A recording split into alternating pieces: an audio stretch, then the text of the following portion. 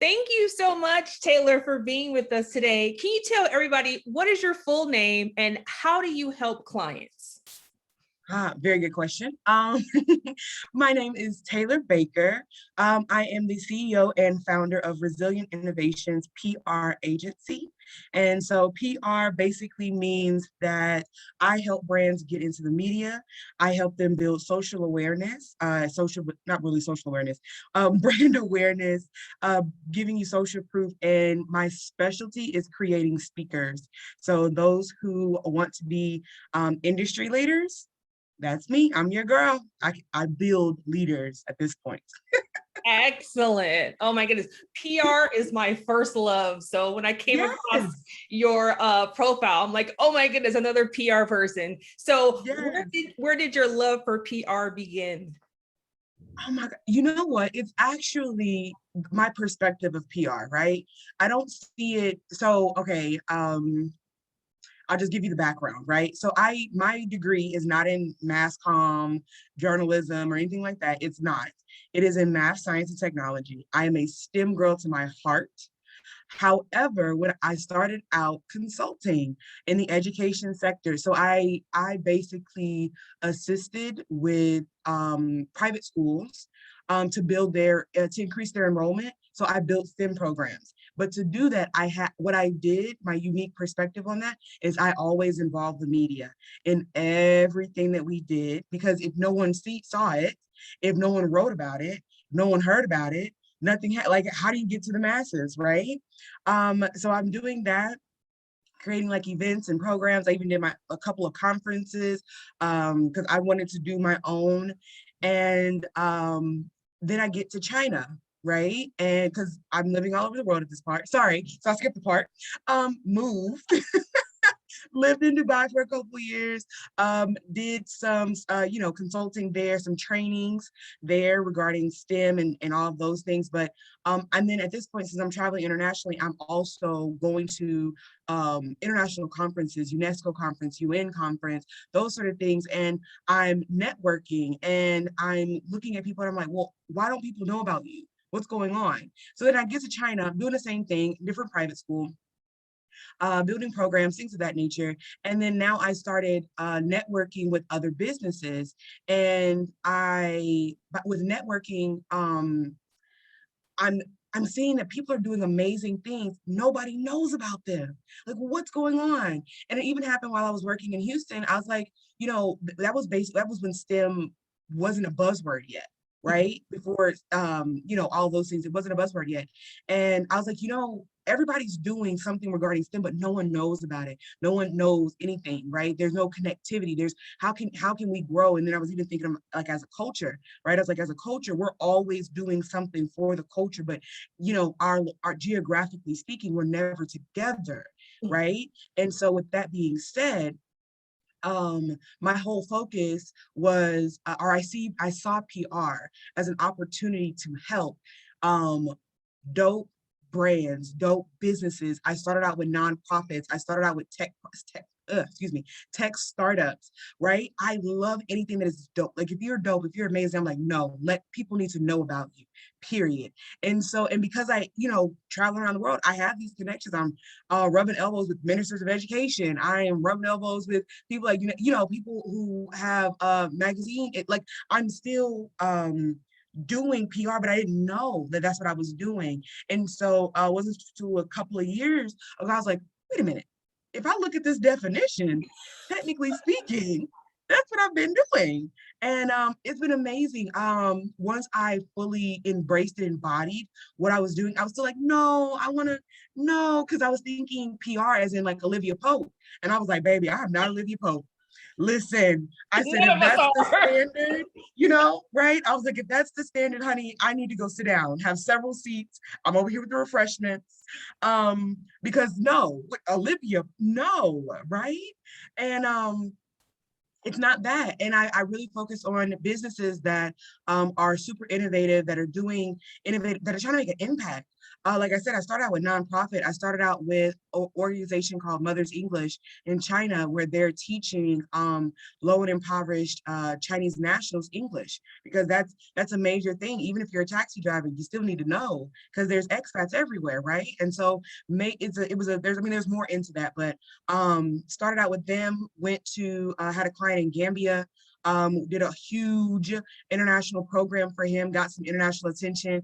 Now which landed in the government contract. So they're leading up the innovation for the agriculture business. So it's been a crazy ride, and just being able to support, being able to really be a driving force with some of these brands has been my driving force. And that's what I see. That's how I interpret PR for me and my company. And that's what I do. So I'm like a brand bodyguard at this point. I'm like, no, this is where we're going. If this is where you want to go. So now let me put my mama bear hat on, because I want somebody to try and tell me no. Right? I Like, you love want to it. be there, try and tell me no, because I'm going to get you there. Right? So that's Excellent. how I Oh view my it. goodness. Wow. And that's what I've been doing. Yeah, that's amazing background. So, okay, this is a side question, but do you speak Mandarin? No, Okay. I barely speak English. And it's crazy because what ends up happening, so I have a thick Texas Southern accent, right? I grew up in Texas. My dad's side's from Louisiana. My mom's side's from South Carolina. Hot mess of accent is what I actually have. And so when I'm learning a different language, the hardest part for me is pronunciation. And Mandarin, whoo, it's the ZH. I could pronounce anything else, anything but the ZH. I was like, nope. And most of the words, it starts with ZH. I was like, and so when I lived in Dubai, speaking Arabic was a little bit better, but I couldn't get the sound. I couldn't do that. I was like, what is this K thing? The KH thing that you're doing. I didn't know how to do it, but I spoke I spoke Arabic pretty well. I could start the conversation. I could end it. I could figure out what you're trying to say in Arabic, and I would respond in English. So that's the extent of my linguistics. However, my husband speaks 4 languages. Wow. Oh my goodness. Yeah, I was like, Well, I there you didn't go. get that gene. He compliments you. Very nice. So when I first saw your profile, of course, it was on Clubhouse. So my question for you is, what do you love most about Clubhouse? Oh, it's the connections, period. I'm, like I said, I think my initial background, my master's in both undergrad degrees, and my master's is in math, science, and technology. So when I first got on Clubhouse, I was all in those AI rooms. I was living and loving it. Okay, being able to talk to like executives in Google, executives in Microsoft that's talking about AI in the future, where's it going? Being able to talk with music producers about how they crafted, a track, being able to speak to high level people. Oh man, it was amazing. And then, being able to speak with billionaires, right? Like some people, I think for Clubhouse, and it goes back, like when people say, oh, your network is your net worth, right? Clubhouse really was an accelerator of that. But from a brand and PR perspective, a lot of people when they're starting in their business and they're trying to advertise, that advertisement, they're advertising to their circle, right? So that's generally that might be people that are in your same price bracket, economic bracket, right? Yes. And if you don't have disposable income and you're charging and you're looking for people with disposable income, your circle, you need to be advertising outside of your circle, right? And so what I love about Clubhouse is Clubhouse gave you access to other circles. Clubhouse was a way for you to, even if you're trying to sell to a different circle, because you're like, hey, I need a hot tip client. There was ways to get there. Or even if you were just trying to learn and you've never been around a brand strategist, because, this successful brand strategist is a millionaire and he's moving in different circles. You don't have access to him, right? And if you want access to him, you got to pay. He's gonna send you a hot invoice, right? And, can you pay that invoice for that access? Even with me, same. Like, people are like, oh, I need to get in PR, da da da da. And I'm like, you catch him on the street, I'm gonna send you an invoice, right? But if you catch me in Clubhouse, right, you can get some information for free, get that access. And then it's also, being able to build your own awareness, right? With me, what I'm building currently, so this is exclusive, is a pitch room, but a PR pitch room. So brands can come. So I'm cultivating a stage that's filled with people that are podcasters that are looking for people, filled with magazine editors, filled with radio station CEOs, things of that nature, and people to come up and just say, hey, this is my brand. I think I'm dope. Help, feature me sort of situation. Because a lot of the times, and people don't realize that, PR is a lot of earned media if you do it right, right? You know what I'm talking about. When when you do it right, it's earned media, and earned media is free. And so people don't have those connections. And if I'm able to cultivate that and help, a dope candle business or a fashion company that's trying to get out there, I'm like, since all you need is, potentially one breakout thing and repurpose it, go right ahead. So that's been the connections, that the connections, the networking, that has been the best thing that I've enjoyed about Clubhouse. Excellent. Now, how much time would you say do you spend on Clubhouse? Ooh, okay, so at the beginning, I am a roller coaster of commitment, okay? I am a Gemini, so I need freedom. I need to be able to change my mind. I need to be if I want to go left, I need to be able to go left. If I want to go up, I want to go up, you know. And so with Clubhouse at the very beginning, I was on Clubhouse like the majority of the day. I was like, oh my gosh, this is amazing. And then I am also an introvert, and I got drained. My energy, I was like, okay, wait, I need something to fill me. Like, I can't be sitting here always giving. I'm empty. I'm on empty. And, sometimes I would say I'm sensitive to different energies. And sometimes those energies on Clubhouse, you have it, ooh, this is, ooh, this is interesting, right? And I have to leave. I'm just like, nope, I can't do it today. Those sort of things. So started out really heavy. For the majority of the time, I was doing maybe 1 or 2 rooms on Clubhouse a week. And that could span, I was doing a minimum of 2 rooms. So I was spending at least 4 hours a week on Clubhouse. And that was my consistency. So at the bare minimum, it was 4. And that was doing Marketing Mondays and then PR Tuesdays in my Amplify group, Clubhouse group, whatever it's called. And then right now I'm starting to increase.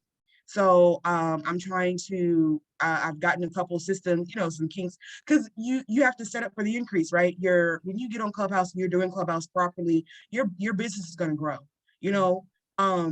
and that's what happened. So business grew, and I was like, hold on, Lord, let me get ready for this increase. Let me get these systems together, get them, because people want different things. Talking to different brands and then mentioning, hey, you can take this international. That's mind-blowing for them, right? Making sure people have these separate interviews. And actually the biggest thing is that I took more time out to make sure my clients were repurposing their content and showing them how. And that was the majority of it. So I was like, okay, who am I going to help? I need to help these people that I know right now, instead of, trying to get on stage and whoop, whoop, whoop, or do an Instagram audit. Oh, baby, I couldn't do it, child. It was a lot. It was a lot, but so I'm increasing now. Now that I have some more systems in place to handle the increased bandwidth. As far as making sure, the pitches and stuff like that, because you just got to ensure that quality. It's not even just about, because you can always hire anybody, but you have to ensure that quality. So that was the biggest, the most, or the minimum 4 hours. And then the most has been maybe 4 hours a day has been like the most. which is a lot Which is in a that lot. aspect. When you think about it, it's because if an entrepreneur is just copying, a 9 to 5 schedule, right? Because our bodies are trained for that. So you're sitting at 8 hours, 4 hours on Clubhouse, that's half your day. You still got to send emails, you got to respond, you still got to talk to people, you still got to, advertise and stuff like that. When I just that, go out and, cold call, things like that. Maybe you're doing guerrilla marketing, whatever it is, you still have to run your business, and being able to run your business on half the time is difficult. And so, especially if you don't have systems in place or the team, right? So for me, I had the team. I was like, wait a minute, let's get these systems together so that everybody knows what they're supposed to be doing, because now we're increasing. I was making some packages more accessible to smaller brands and stuff like that, which led to another increase. So I was like, all right, y'all. And so that's what I want to get into. So how do you generate leads by being on Clubhouse? I don't pitch. A lot of people get on a stage trying to sell, oh, my master class, I got a course. I don't sell.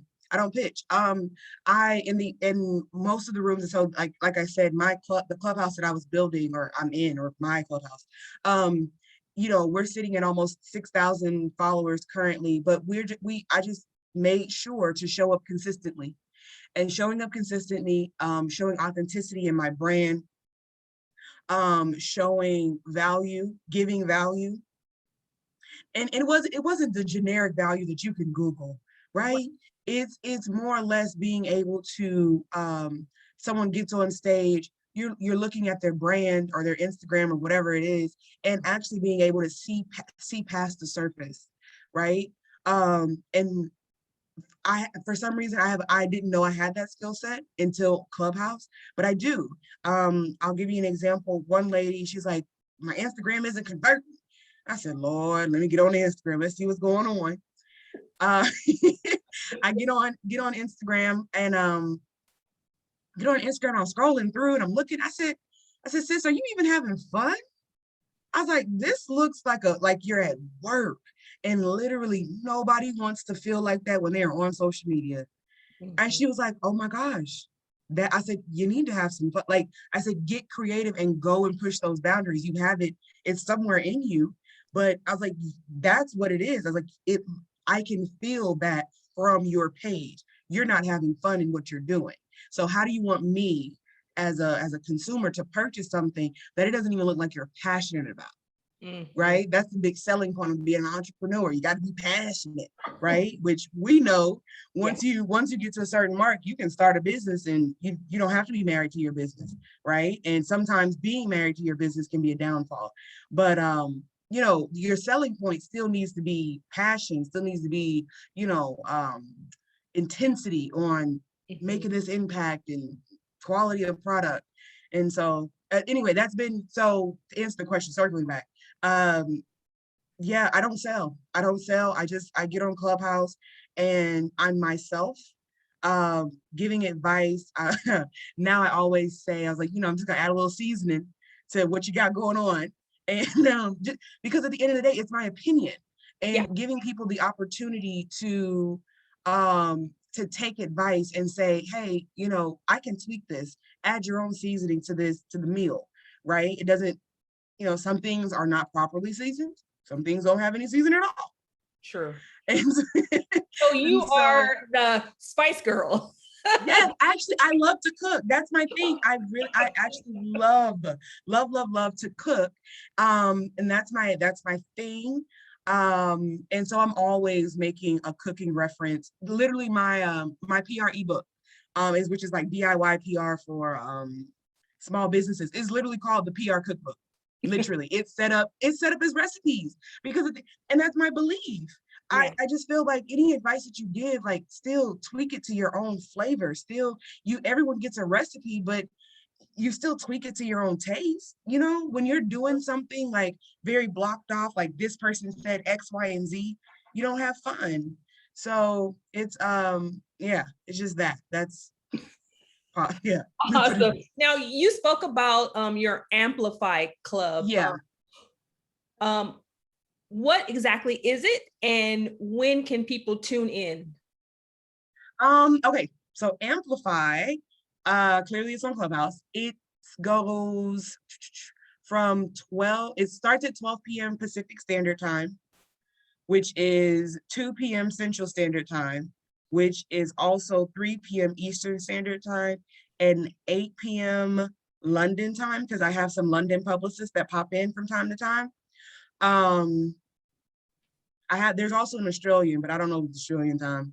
Uh, but you know, I'm an international publicist, so I like to give that global perspective, because what you do in the US for PR and what you do in the UK for PR is two different things.